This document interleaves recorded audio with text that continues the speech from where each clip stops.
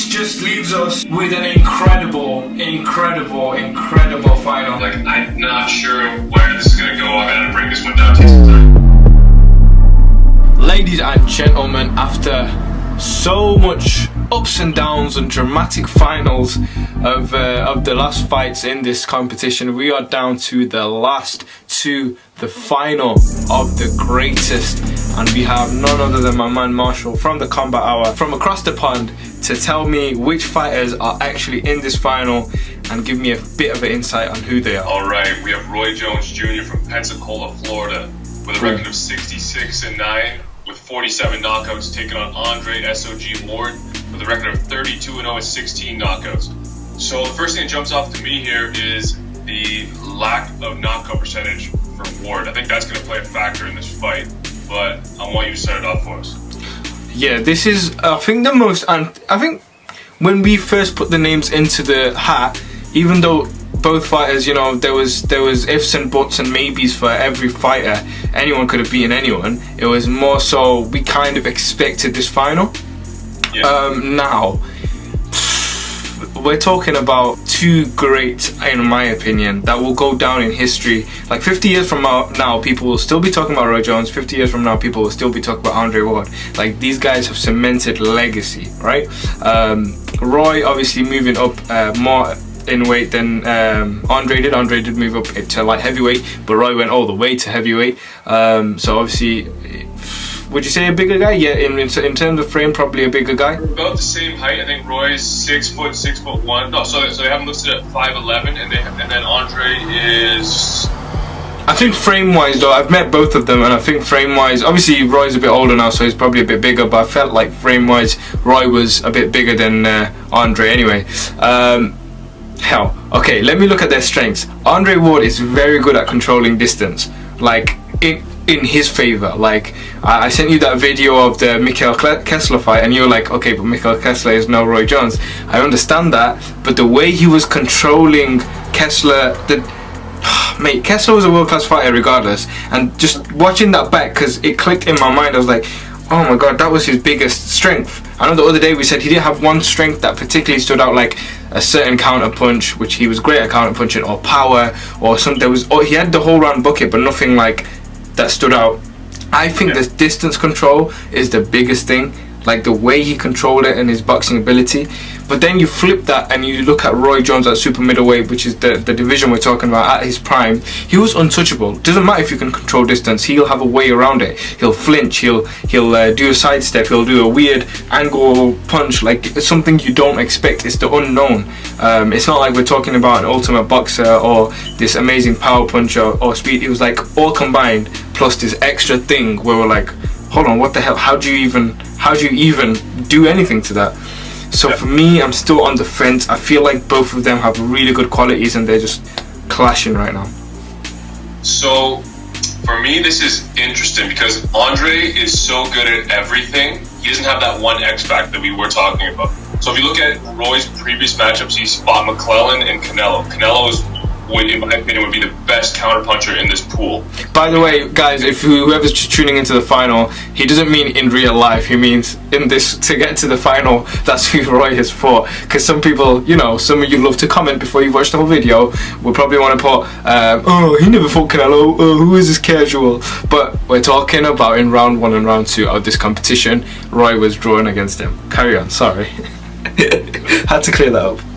I think he faced the most dangerous counterpuncher of the lot with Canelo in the first round. Mm-hmm. Then he takes on Joe McClellan, who was the biggest puncher of this division for sure. Yep. Right? Yep. So that right there, like Roy's going to have that in his mind, and it's going to make him have to be a little more cautious and careful against those guys. With Andre, his original nickname was All-Terrain Fighter. That was his first nickname before SOG. And it's perfect because he can fight on the inside, outside, going forward, going backwards. But he doesn't have a single skill to me that I would say is something that he can use to take over fights. If you want not take over fights, I disagree with you on that. I think he has skills that can take over fights. He knows how to counter punch an aggressive fighter. He knows how to come forward. So you it's kind of contradicting because he does have that to fight certain fighters. I think when it comes to Roy, it's a different conversation. I think you're misunderstanding. I'm saying he doesn't have a single skill. So it's not like he can hit you once and then change the course of the fight. He has to like dominate all areas of the fight to put the fighter in an uncomfortable situation. But he can adapt. Like he can adapt. I'm not saying he's not. I'm not saying that he doesn't have skills. That's not what I'm saying. Okay, but that would be his biggest strength, right? His adaptation. Fair enough. I think that is going to play a factor in this, but again, he has a dog. I mean, I would say these are the two most. They have the most heart of everyone in this division. These guys just have the will to win. They're all champions, though, so it's hard to say.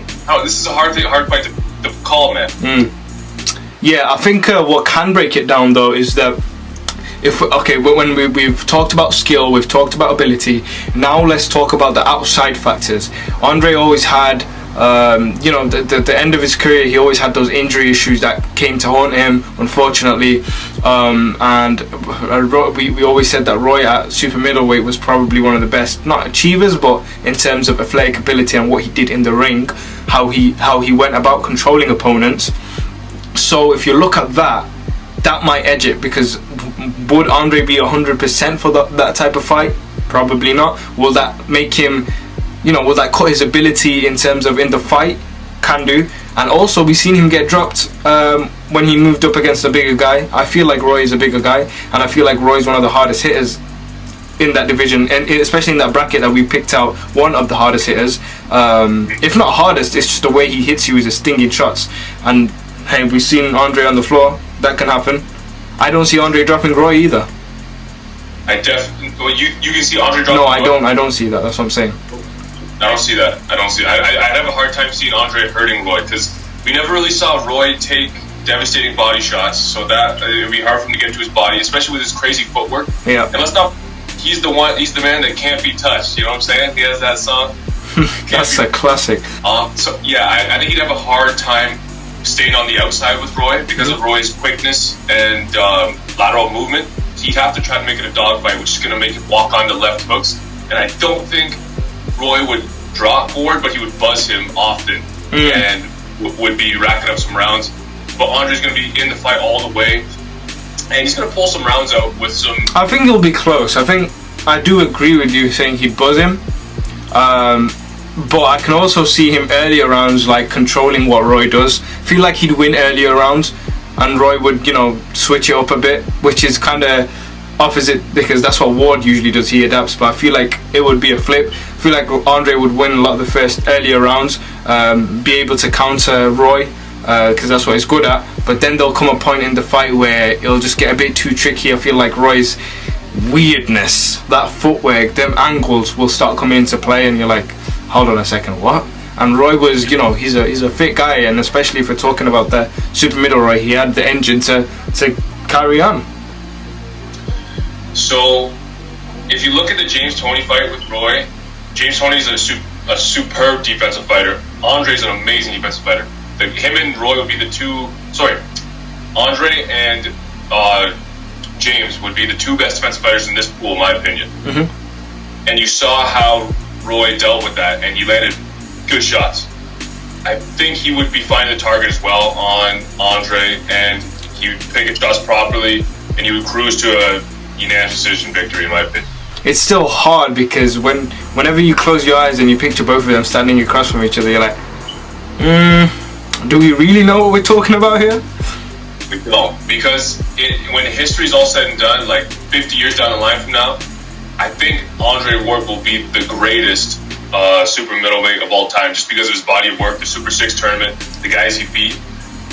But I think a prime Roy at 168 would just be a bit too much. Yeah, Roy is just one of the greatest pound for pound, not in any division, just pound for pound. Like, serious fighter. It's still people watching, people take inspiration from him nowadays. Well, he only retired 3 years ago. He's still. Oh well, yeah. We forget that though. We forget that he retired recently. The guy's a madman. I don't know how he carried on fighting for so long. It was just beyond me. You're talking about Roy? I thought you were talking about Andre. No, I'm talking about Roy. He retired like 2 years ago. Really? Yes. He retired recently too. That's crazy. Roy retired after Andre Ward. That's crazy. Roy Jones Jr. retired after Andre Ward. What the hell? You know when Andre Ward retired, I was genuinely so shocked. Yeah, I honestly, I still think he's gonna come back. To be honest. No, dear. I don't know why he wouldn't, man. That Canelo fight, he wants that bag, man.